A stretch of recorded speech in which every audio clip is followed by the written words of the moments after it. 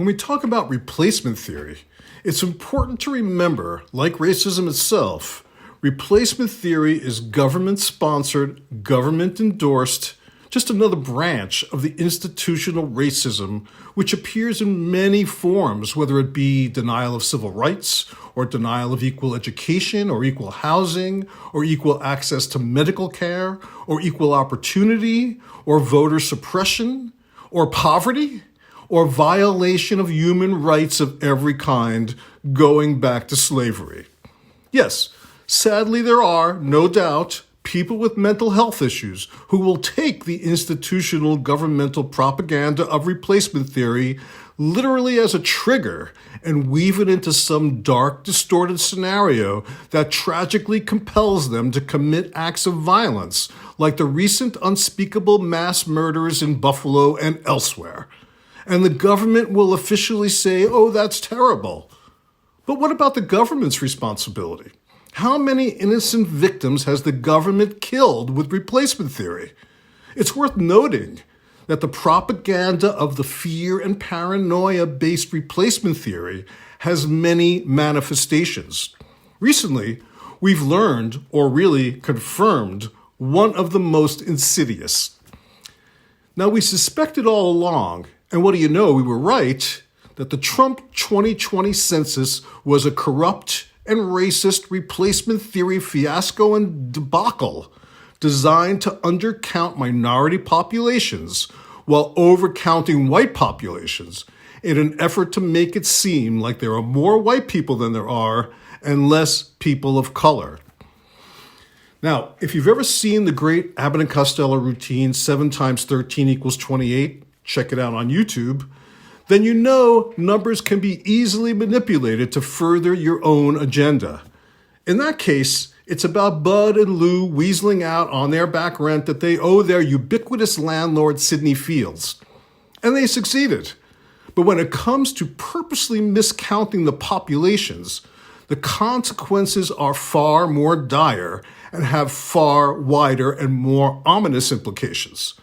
However, the Trump census manipulation of the numbers, just like Abbott and Costello's, succeeded also.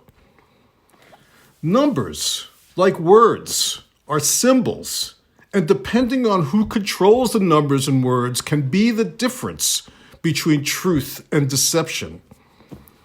Why aren't the results of this phony census thrown out? Why aren't they nullified or disqualified?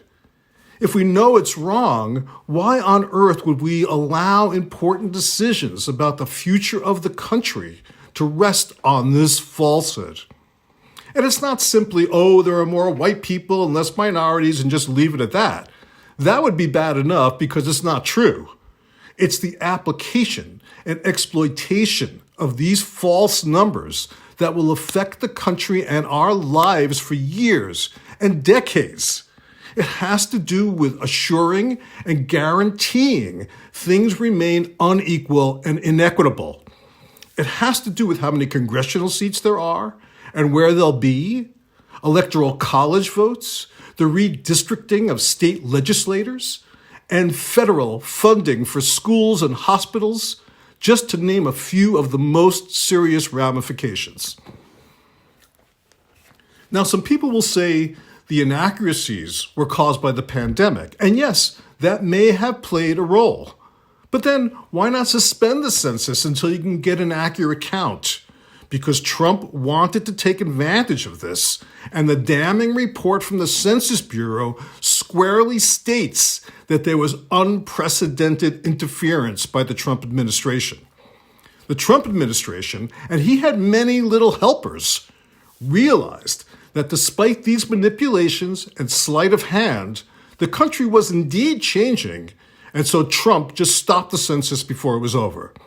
Like a spoiled child, Trump tried to cheat, and then when he got caught, he said, I'm not playing anymore. But instead of being punished, that shortened, inaccurate census formed the basis for the redistricting of state and national legislatures and electoral voting to favor Trump and the Republicans. Now, the Census Bureau has declared that despite all this bullshit, The distribution of congressional seats and electoral college votes will not change until the next census in 2030. But do you buy that?